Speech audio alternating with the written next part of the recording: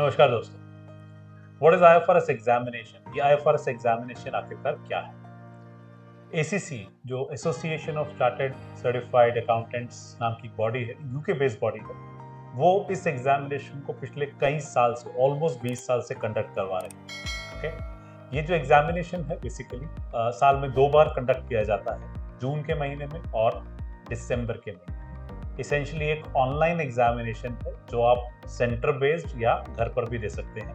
दोनों ही केसेस में of course आपको इवैल्यूएट किया जाता है इन टर्म्स ऑफ अलग अलग स्टैंडर्ड्स पर, और प्रॉक्टरिंग या मॉनिटरिंग की जाती है अगर आप घर पे भी एग्जाम दे रहे होते हैं तो। ओके, अब बेसिकली इस एग्जामिनेशन में होता क्या है, आपका एक 100 मार्क्स का एग्जामिनेशन, सिंगल एग्जामिनेशन है और 50% का पास होता है। ओके, इस एग्जामिनेशन के अंदर आपसे 4 सवाल पूछे जाते हैं। हर क्वेश्चन की जो वेटेज है वो 25 नंबर की है और हर क्वेश्चन के ऊपर आपको स्टेप मार्किंग मिलती है। आप जो भी सही लिख रहे हैं उसके लिए आपको ऑफ कोर्स जो इंस्टीट्यूट है वो अवार्ड करता है, आपको वो क्रेडिट देता है उस एरिया के लिए जो भी आपने ठीक एक्सप्लेनेशन दी है या ठीक कैलकुलेशंस की है। जो पहला क्वेश्चन है वो नेसेसरली कंसोलिडेशन के टॉपिक से आता है, और कंसोलिडेशन हम लोग यहाँ पर जब बात करते हैं तो बहुत एडवांस लेवल कंसोलिडेशन के ऊपर टेस्टिंग नहीं की जाती। आपकी जो कंसोलिडेशन की टेस्टिंग है वो एक बेसिक कंसोलिडेशन पर है, जहां पर आपसे या तो एक पेरेंट और एक सब्सिडरी या एक पेरेंट और एक सब्सिडरी प्लस एक एसोसिएट या जॉइंट वेंचर की कुछ डिस्कशन आ सकती है। Cross holdings, chain holdings, foreign currency या फॉरेन ऑपरेशंस की कोई कंसोलिडेशन की यहाँ पे टेस्टिंग नहीं होती, ना ही कोई consolidated statement of cash flows आपसे बनवाने की बात होती है। ओके, तो प्राइमरली आपको या तो बैलेंस शीट का क्वेश्चन मिलेगा या फिर आपको एक इनकम स्टेटमेंट का क्वेश्चन आपको टेस्ट किया जाएगा उस 25 नंबर के अंदर। इस 25 नंबर के अंदर आपका जो प्राइमरली वर्किंग्स है, जो भी आपकी वर्किंग्स होंगी, जो स्टैंडर्डाइज वे में वर्किंग्स की जाती है, उसके लिए आपको 17 से 18 मार्क्स मिलते हैं। और फाइनल फॉर्मेट जो आप बनाते हैं बैलेंस शीट या P&L, उसके लिए आपको बाकी 7 या 8 नंबर मिल रहे हैं। आपकी वर्किंग्स ज्यादा क्लीन होनी चाहिए, बहुत क्लियरली मेंशन करना चाहिए कि आपने एक नंबर को किस तरह से डिराइव किया है। ठीक है, तो ये बात हुई पहले क्वेश्चन की। इस क्वेश्चन के अंदर आमतौर पे आपसे एक्सपेक्ट नहीं किया जाता कि आप उसे कुछ एक्सप्लेनेशन देंगे, आपको सिर्फ कैलकुलेशंस करनी है, वर्किंग्स करनी है, फाइनल फॉर्मेट बनाना है और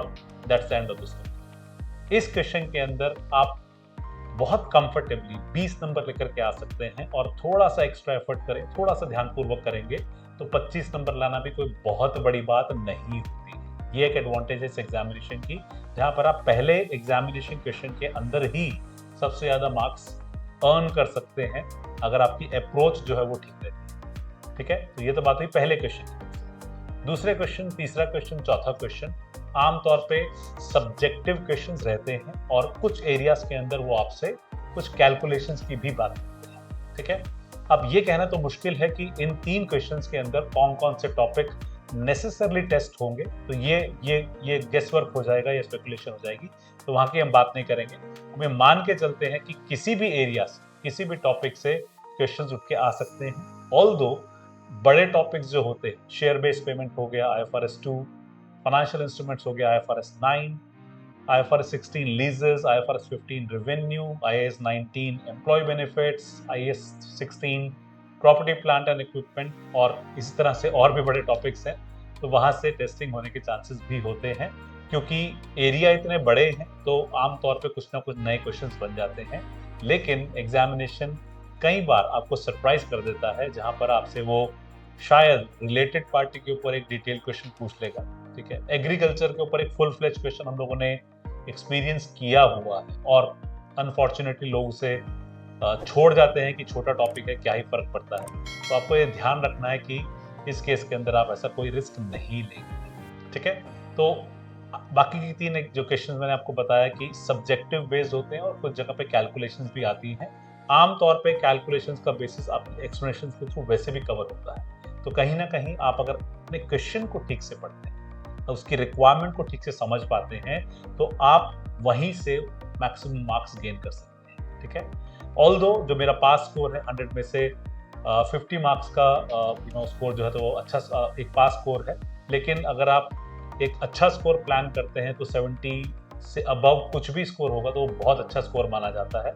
ऑफ कोर्स एक्सेप्शनल केसेस के अंदर आप 90 तक लेके आ सकते हैं, जो एक सचमुच एक बेहतरीन स्कोर इस कैटेगरी के अंदर होता है।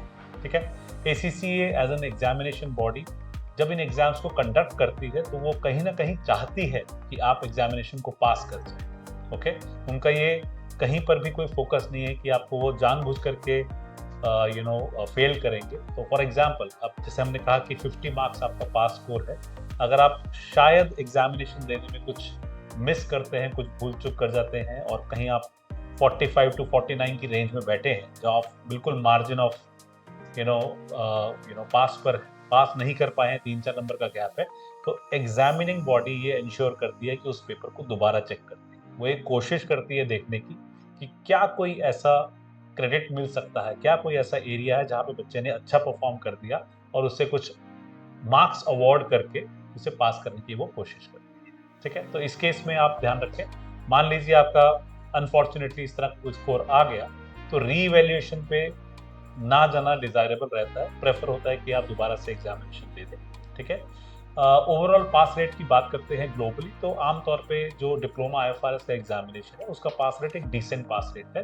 40% से 50-55% की रेंज में ये रिजल्ट रहते हैं। इसका मतलब हर दूसरा बच्चा इस एग्जामिनेशन को पास करता ही है। ठीक है, ऑल्दो हमारे पास कंट्री स्पेसिफिक स्कोर तो अवेलेबल नहीं है, पर ये माना जाता है कि इंडिया के अंदर ज्यादातर बच्चे इसे पास कर जाते हैं, बिकॉज ऑफ द फैक्ट कि हम लोग ज्यादा मेहनत के साथ पढ़ के जा रहे हैं। मैं ये बिल्कुल नहीं कहना चाहता कि बाकी कंट्रीज के लोग मेहनत नहीं करते, बट कुछ कंट्रीज जहाँ पर लोग एग्जाम देते हैं, शायद इंग्लिश उनकी फर्स्ट लैंग्वेज ना होने की वजह से उनके लिए थोड़ा सा स्ट्रगल होता है, राइट। और क्योंकि एग्जामिनेशन अब ऑनलाइन है, तो ये भी एक चैलेंज होता है कि हर इंडिविजुअल के पास उतनी फैसिलिटीज नहीं है, because of a bad network, या मान लीजिए कंप्यूटर का ही एक्सेस बहुत लिमिटेड है, या उनकी स्पीड जो है वो थोड़ी सी कम है, तो वहाँ पे उनका स्ट्रगल रहता है, जिस वजह से भी बच्चे एग्जामिनेशन पास नहीं कर पाते। पर आप किसी इंडिया में किसी बड़ी सिटी में आप रहते हैं तो वहाँ पे इस तरह की प्रॉब्लम्स आमतौर पे आपको फेस नहीं करनी पड़ती। नेचुरली आप एग्जामिनेशन को कम से कम उस बैरियर की वजह से आप फेल कर जाएं, ऐसा नहीं होता है। हाँ, आपकी पढ़ाई को लेकर के आपकी क्वेश्चनेबिलिटी हमेशा रहती है, क्योंकि ज़्यादातर लोग जो इस एग्जामिनेशन को देते हैं, हमारी एलिजिबिलिटी रिक्वायरमेंट है कम से कम 2 साल या 3 साल का वर्क एक्सपीरियंस होना चाहिए अकाउंटिंग फील्ड के अंदर।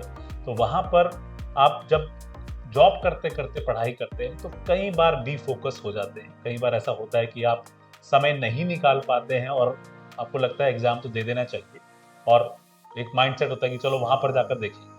वो रिस्क लेना डिजायरेबल नहीं होता है। तो आपको ध्यान रखना है कि जब आप एग्जामिनेशन के लिए रजिस्टर करने का प्लान कर रहे हैं तो आप पूरी तरह से क्लियर हैं कि हाँ, ये एग्जामिनेशन आप पूरी तैयारी के साथ देंगे और इसे क्लियर भी कर जाएंगे। ठीक है, तो इफेक्टिवली जब हमने IFRS एग्जाम की बात की, of course one of the most popular qualification single examination है, बहुत पॉपुलर है, वाइडर एक्सेप्टेबिलिटी है इंडस्ट्री के अंदर। अगर आप किसी ऑडिटिंग फील्ड में प्लान करते हैं, किसी बड़ी कंसल्टिंग फर्म में जाना चाहते हैं, तो आपको IFRS की नॉलेज होना ऑलमोस्ट मैंडेटरी हो गया है। ठीक है, और यहीं पर ये डिप्लोमा IFRS आपके लिए एक बहुत बेनिफिशियल क्वालिफिकेशन बन के सामने आता है। ठीक है, तो यही हम लोग बात करना चाह रहे थे। आपकी प्रिपरेशन के लिए आपको बहुत बहुत शुभकामनाएं, best of luck, have a good day and take care.